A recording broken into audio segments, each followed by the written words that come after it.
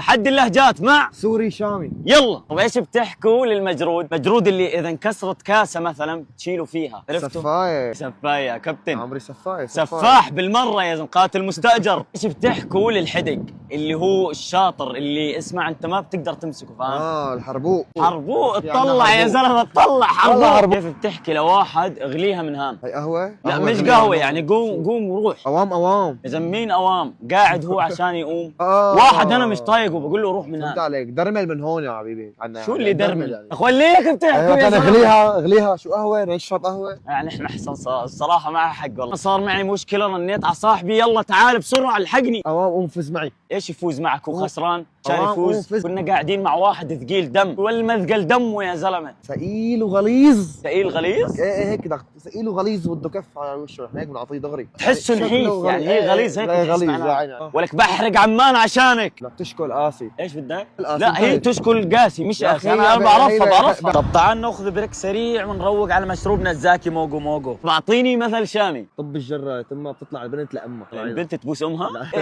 ايش اللي طب الجره لثمها وبتطلع البنت امها؟ يا زلمه هو راب يا زلمه. يو طب الجره لامها بتطلع البنت ثمها. طلع الصبح علينا واحنا بنصور. قولي ايش بدكم كمان لهجات سوريه؟